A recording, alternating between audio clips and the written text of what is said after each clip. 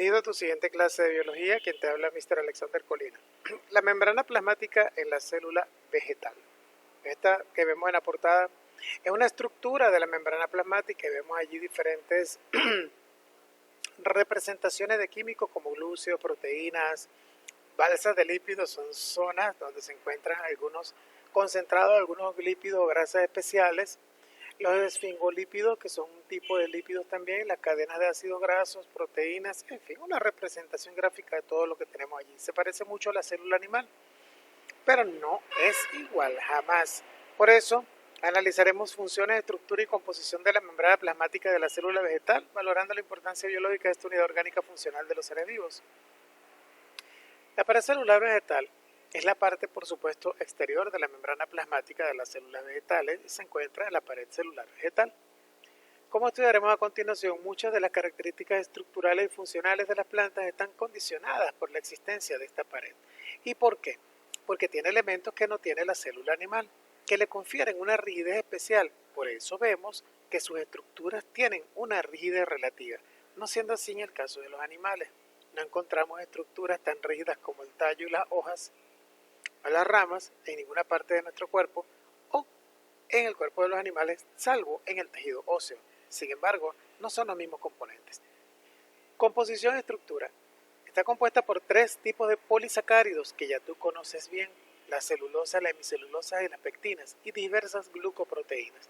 Por eso, antes de llegar a este tema, ustedes ven clases sobre las biomoléculas para que puedan ubicarse en lo que estamos viendo acá. Todas estas moléculas están englobadas en una matriz hidratada que permite que las sustancias solubles y de pequeño tamaño como el agua, el dióxido de carbono y el oxígeno se difundan a través de la pared, es decir, pasen a través de la pared, pasen de un medio a otro. Difundirse es el movimiento molecular de las sustancias a través de un medio, porque existe una diferencia de concentración, moviéndose de puntos desde mayor concentración hasta menor concentración. En cambio, no pueden atravesarla las moléculas de grandes dimensiones porque, independientemente de las diferencias de concentraciones, los tamaños limitan las movilidades. Esto en química se conoce con el nombre de efectos estéricos. Por esta razón, las sustancias que intervienen en el metabolismo de las plantas son moléculas pequeñas. La pared celular está formada por varias capas superpuestas, unas sobre otras de fuera hacia adentro, distinguiendo primero la lámina media, que es la primera que se forma y es la que separa las dos células hijas tras la división. Está compuesta por pectina y a continuación se secreta la pared primaria de grosor variable y compuesta de celulosa. Esta es precisamente el carbohidrato que confiere mayor rigidez, pero no es el único. Las células que ya no han de crecer secretan una pared secundaria gruesa y compactada, compuesta también de celulosa. Es la que da la rigidez. La pared celular está atravesada por conductos muy finos llamados plasmodesmos, que permiten la comunicación entre las células.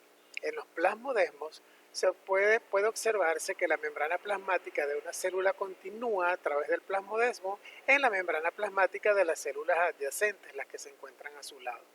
De este modo, el citoplasma, que es la parte interna de la célula, presenta continuidad entre las células, lo que permite una rápida circulación de sustancias entre ellas, fundamental para la nutrición. Y en este diagrama podemos ver la estructura química, en todo caso, de la celobiosa, que es básicamente una estructura formada por muchos enlaces glucosídicos y monómeros de glucosa.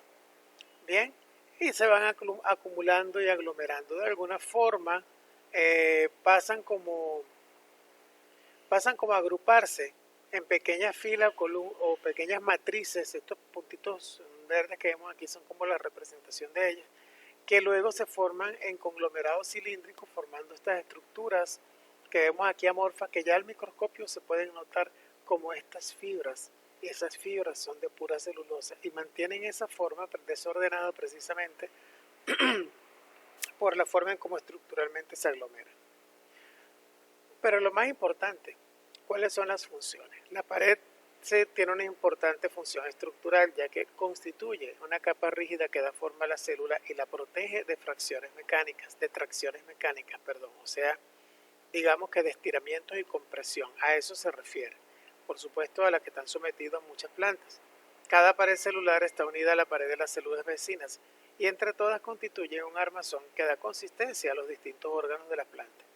La pared celular también interviene en la creación de la presión de turgencia en el interior de las células y contiene moléculas especializadas que regulan el crecimiento de la planta y la protegen de diversas enfermedades.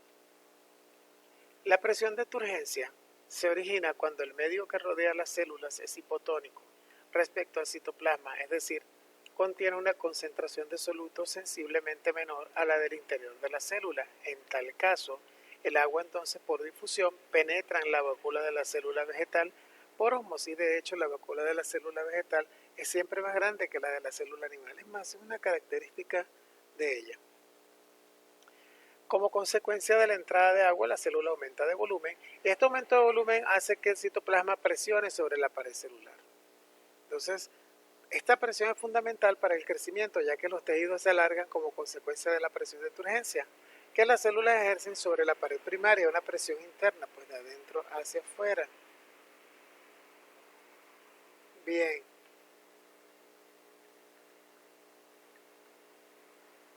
También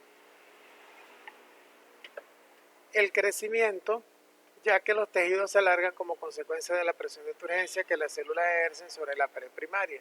Los movimientos, como los que permiten apertura y el cierre de los estomas, en este caso el aumento de la presión de turgencia por la entrada de agua, crea una presión en las células que origina la apertura del orificio estomático. Modificaciones, pues la pared celular puede modificarse y adaptarse a las necesidades de los diferentes tejidos. Es el caso de las modificaciones que experimenta, por ejemplo, en la epidermis o en el xilema. Epidermis, la cara externa de la pared de las células que forma la epidermis, se recubre de una sustancia llamada cutina, que es un lípido con funciones aislantes secretado por la célula. Por encima de la capa cutina se deposita una capa de cera.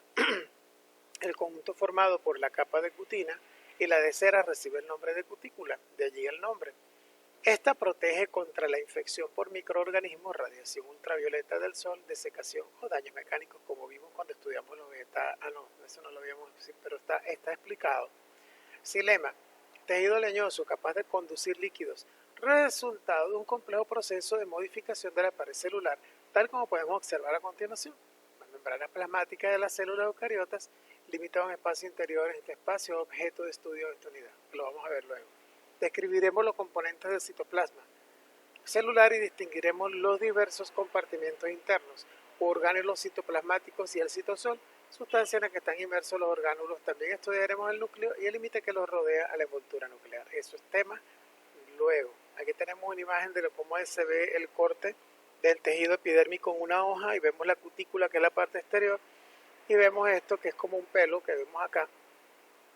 Una estructura también que ayuda a la absorción de sustancias en el tejido vegetal.